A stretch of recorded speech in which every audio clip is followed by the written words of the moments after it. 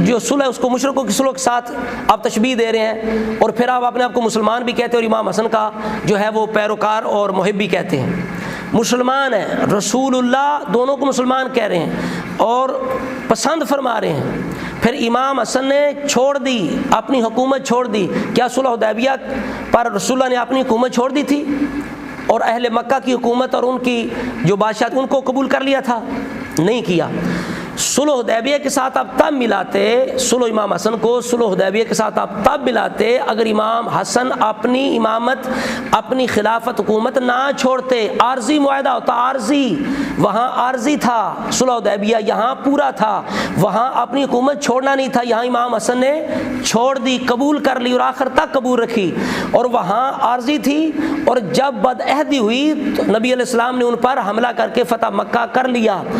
اور یہاں جو دن رات کہتے ہیں کہ حضرت معاویہ نے صلح کا پاس نہ رکھا، معاہدوں کا پاس نہ رکھا، انہیں شرم نہیں آتی؟ اگر پاس نہ رکھتے تو حسن مجتبی رسول اللہ کے جو شہزادے تھے وہ اپنے نانا کی سنت ادا کرتے نا، اور تلوار لے کے کہتے کہ جس طرح اہل مکہ نے صلح کی شرائط پوری نہیں کی تھی تو لہٰذا معاویہ تو نے بھی جو شرائط ہے صلح کی ان کا لحاظ نہیں کیا، ہم تم پر حملہ کرنے والے ہیں، سیدھے ہو جاؤ۔ سمجھ آ رہی بات کی؟ تو وہاں عارضی صلح ہے اور انہوں نے جب شرائط پوری نہیں کی تو حملہ ہو گیا۔ یہاں ہمیشہ کے لیے ہے، حملہ نہیں ہوا تو ثابت ہوا کہ شرائط کا لحاظ رکھا گیا۔ تو شرم آنی چاہیے امام حسن مجتبی کی صلح کو، جو ہے وہ جناب صرف لفظ صلح لے کے تو اس کو وہ مشرکوں جیسی صلح کہنا اور کہنا کہ جی امام حسن نے جس طرح وہاں کفر قبول نہیں ہوا یہاں باطل قبول نہیں ہوا، یہ باطل، یہ آپ کی بات تب صحیح ہوتی امام حسن اپنی خلافت باہر رکھتے، عارضی صلح ہوتی، اور اگر شرائط پوری نہ ہوتی تو حملہ کرتے دوبارہ، پھر جو ہے وہ جو ہے لشکر آمنے سامنے آ جاتے۔ اور امام حسن نے جب خلافت چھوڑ بھی دی اور بیعت بھی کر لی، آپ کہتے ہو نہیں جی بیعت نہیں ہوئی تھی، صرف جو ہے وہ صلح ہوئی تھی۔ یہ آپ کی کتاب ہے رجال کشی، اس کے اندر واضح ہے کہ حضرت معاویہ کا جو خطیب تھا اس نے کہا یا حسن قم فبایع، اے امام حسن کھڑے ہو جائیں، حضرت معاویہ کی بیعت کریں۔ فقام فبایع، امام حسن کھڑے ہو گئے، اٹھ کے حضرت معاویہ کے ہاتھ پر ہاتھ رکھا اور بیعت کر لی۔ پھر اس خطیب نے کہا قال للحسین، امام حسین سے کہا قم فبایع، اٹھیے امام حسین سے اٹھیے۔ فقام فبایع، امام حسین بھی اٹھے اور جا کے حضرت معاویہ کی بیعت کر لی۔ آپ تو ایک بیعت سے پریشان ہیں، یہاں تو آپ کی کتاب کہتی ہے حسنین کریمین دونوں نے ان الحسن والحسین سیدہ شباب الجنہ، جنتی نوجوانوں کے سردار نے بیعت کر لی۔ کیا جس کی بیعت کی جائے وہ باطل ہوتا ہے، باطل کو قبول کرنا ہوتا ہے؟ کچھ خیال کرنا چاہیے، کچھ خیال کرنا چاہیے۔ کسی سے محبت کریں تو کم از کم اگلے کی عزت کا خیال کرنا چاہیے۔ جو اگلے کی عزت کا خیال نہ کرے، وہ مقصد وہ اپنا نکال رہا ہو تو خود غرض ہوتا ہے، وہ خود باغی ہوتا ہے، خود خارجی ہوتا ہے۔ لہٰذا حضرت معاویہ کو باغی کہنے والے خود امام حسن کے باغی ہیں، خود امام حسن کے باغی ہیں، امام حسن کے فیصلے کے باغی ہیں۔ امام حسن نے یہی کہا تھا کہ میں نے معاویہ کی بیعت کر لی ہے، یہ آپ کی کتابوں کے اندر ہے، احتجاج طبرسی پڑھ لیں، احتجاج طبرسی پڑھ لیں۔ امام حسن نے یہی کہا تھا کہ تمہارا وعدہ تھا میرے ساتھ، جس کے ساتھ میں صلح کروں گا تم بھی کرو گے، میں نے معاویہ سے صلح کر لی ہے، لہٰذا اس کا حکم مانو، اس کی اطاعت کرو۔ رسول اللہ نے بھی یہی فرمایا تھا جو میرے ان شہزادوں سے، فاطمہ سے، علی سے صلح کرے گا میری بھی صلح، جنگ کرے گا میری بھی جنگ۔ جب صلح ہوگی تو بات ختم ہوگی۔ تو اہل سنت نے جناب صلح مان لی، تو یہ وجہ ہے۔ تو اس کے اندر یہ بیعت کا لفظ موجود ہے، اور کتابوں کے اندر ہے، جلال العیون کے اندر ہے، بحار الانوار کے اندر ہے، اسی طرح کشف الغمہ کے اندر بیعت کا ذکر ہے، احتجاج طبرسی کے اندر بیعت کا ذکر ہے، کئی کتابوں کے اندر، آپ کی ایک کتاب کے اندر نہیں ہے، متعدد کتابوں کے اندر موجود ہے۔ اب اسی طرح دیکھیں، آپ کہہ رہے تھے کہ وہ صلح حدیبیہ کی صلح جیسی تھی، جبکہ یہاں معاملہ کیا ہے؟ ایک تو وہ جو روایت ہے وہ بخاری شریف والی کہ میرا بیٹا لعل اللہ یصلح بہ بین فئتین عظیمتین من المسلمین، یہ کشف الغمہ کے اندر 2 دفعہ ہی ہے، یہ 2 دفعہ صفحہ نمبر 499 پر اور 512 پر، وہی حدیث بخاری شریف والی اس کتاب کے اندر بھی ہے۔ تو یہ کتاب یہ گواہی دے رہی ہے کہ یہ حدیث مبارکہ صحیح ہے، جس کے اندر رسول نے کہا میرا بیٹا حسن 2 مسلمانوں کے گروہ کے اندر صلح کروا دے گا۔ اب دیکھیے وہ صلح کیسی ہے۔ یہاں جو وہاں لکھا گیا معاہدہ وہ بھی ایسا ہی تھا صلح حدیبیہ والا، وہ بھی آپ سامنے رکھ لیں، سیرت ابن ہشام دیکھ لیں، اور یہاں اس کو بھی سامنے رکھ لیں کھول کے اپنی کشف الغمہ کو۔ یہاں کیا ہے کہ بسم اللہ الرحمن الرحیم، ھذا ما صالح علیہ الحسن بن علی معاویہ بن ابی سفیان صالحہ علی ان یسلم الیہ ولایۃ امر المسلمین علی ان یعمل فیہم بکتاب اللہ تعالی و سنت رسول اللہ و سیرت الخلفاء الراشدین۔ یہ صلح نامہ ہے، یعنی مسلمانوں کی جو ولایت کا امر ہے، ولایت حضرت معاویہ ولی بھی بنے اور آپ صاحب امر بھی بنے۔ سمجھاری بات کی، یہ الفاظ کہہ رہے ہیں مسلمانوں کی ولایت کے امیر بنے، اس لیے امیر معاویہ کہا جاتا ہے، اور وہ عمل کریں گے اللہ کی کتاب، سنت رسول اور خلفائے راشدین کی سیرت پر۔ تو جب حسنین کریمین خاموش رہے تو پتہ چلا کہ انہوں نے خلفاء کی سیرت پہ عمل کیا، تو جو خلفاء کی سیرت پہ عمل کرے، جن پر حسنین راضی رہیں، تو وہ بھی خلیفہ راشد ہوتا ہے۔ اگر عمر بن عبدالعزیز خلیفہ راشد ہو سکتے ہیں، اگرچہ خلافت راشدہ عامہ ہو، تو صحابی جن کو قرآن کہے تمام صحابہ کو اولئک هم الراشدون، کہ یہ راشد ہیں، کیوں کہ ان کی میرے نبی نے تربیت کی ہے۔ وَلَٰكِنَّ اللَّهَ حبب الیکم الایمان وزین فی قلوبکم وکرہ الیکم الکفر والفسوق والعصیان اولئک هم الراشدون، کہ ان کے دلوں میں ایمان جو ہے انہیں محبوب بنا دیا گیا ہے، ایمان مزین کر دیا گیا ہے، اور کفر سے، گناہ سے، ہر طرح کی اس طرح کی گھٹیا چیز سے انہیں متنفر کر دیا ہے صحبت رسول کی وجہ سے۔ اور اب ان کا انجام کیا ہے، سرٹیفکیٹ کیا ملا، نتیجہ کیا نکلا؟ جب کوئی بندہ کسی کالج یونیورسٹی کے اندر جب نکلتا ہے تو ان سے رزلٹ کیا ملتا ہے، اللہ نے انعام کیا دیا، تمغہ کیا دیا، فرمایا اولئک هم الراشدون۔ یہ صحابہ کا تمغہ امتیاز ہے کہ وہ راشد ہیں، ہر صحابی راشد ہے۔ حضرت معاویہ تو وہ ہے، رسول اللہ نے فرمایا کہ یا اللہ اسے ہادی مادی بنا دے۔ اب دیکھ لیں کیا حدیبیہ نامہ جو تھا اس کے اندر بھی اسی طرح کے الفاظ تھے کہ کتاب اللہ پہ عمل کیا جائے گا، سنت رسول پہ عمل کیا جائے گا۔ اب دیکھیے آخر میں آپ کی یہ جو کتاب ہے نا احتجاج تبرسی، اس سے آپ کی حقیقت دکھانے لگا ہوں، اور میں ایک لفظ جو ہے وہ حذف کروں گا اور آپ کے ایک جو عالم ہیں ان کی زبان سے آپ کو سناؤں گا۔ ہو سکتا ہے آپ کہیں کہ یہ روایت جناب ایسی ہے ویسی ہے، لیکن جب ایک عالم آپ کا دعوت فکر کے لیے آپ کو سنائے تو پھر آپ کو یقین ہونا چاہیے کہ اس کے اندر کچھ ہے۔ وہ جملہ کیا تھا؟ یہیں پر اس روایت میں تھا ہا اولا سے آگے جرت نہیں ہو رہی تھی پہلے مجھے پڑھنے کے لیے، لیکن پھر پڑھ دی وہ روایت۔ وہ کیا تھی؟ ہا اولا الذین یقولون انہم شیعتنا، یہ سب جو کہتے پھرتے ہیں کہ یہ میرے شیعہ ہیں۔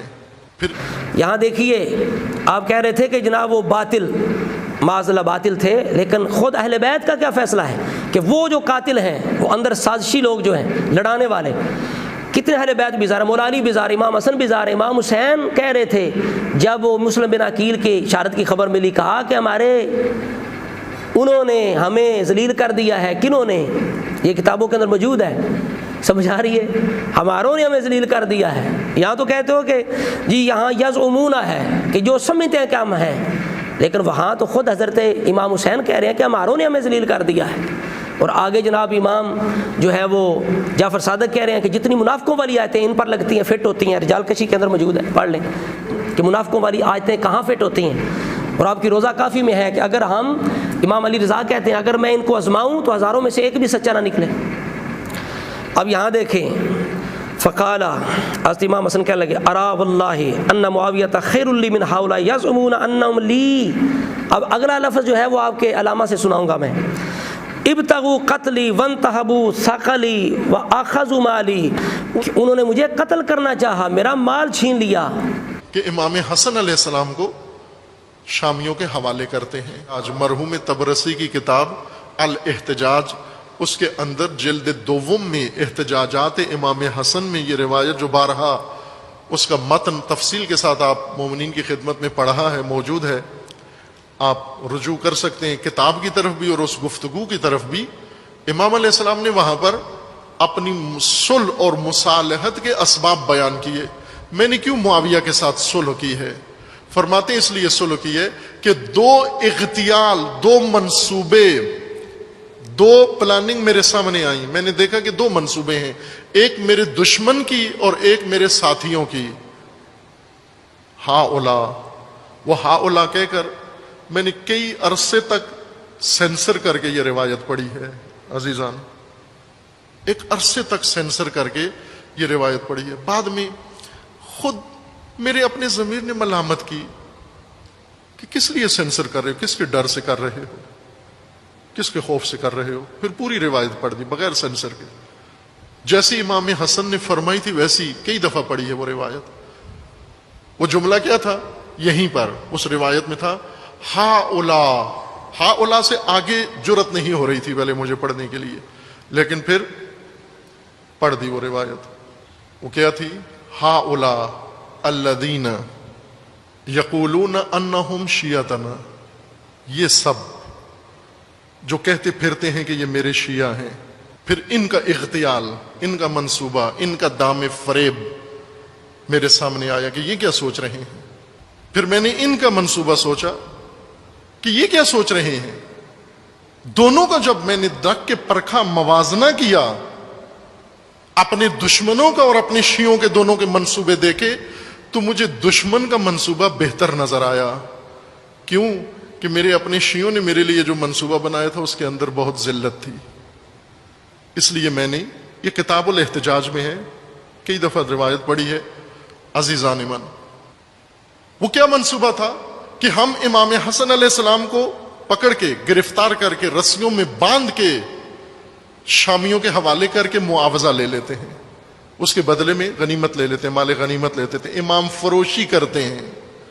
اس سے آگے تو ہمارے پاس اور کوئی راستہ، ہمیں کوئی چیز متاع نہیں ہے بیچنے کے لیے، ہمارے پاس جنگ تو ہونی نہیں ہے، مال غنیمت ملنا نہیں ہے، شام کی طرف سے بھی کوئی ہمیں آفر نہیں ہوئی، آخری اب یہ اپنا لشکر بھی لوگوں نے لوٹ لیا، اس میں بھی کچھ نہیں بچا، آخری متاع ہمارے پاس یہی بچا ہے کہ امام کو دشمن کے حوالے کر کے اس کا معاوضہ لے لیں۔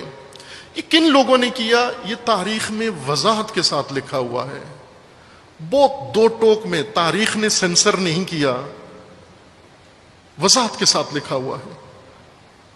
آسان ترین کتاب میں آپ کی خدمت میں عرض کرتا ہوں، بہت ساری تاریخ کی ساری کتابوں میں لکھا ہوا ہے۔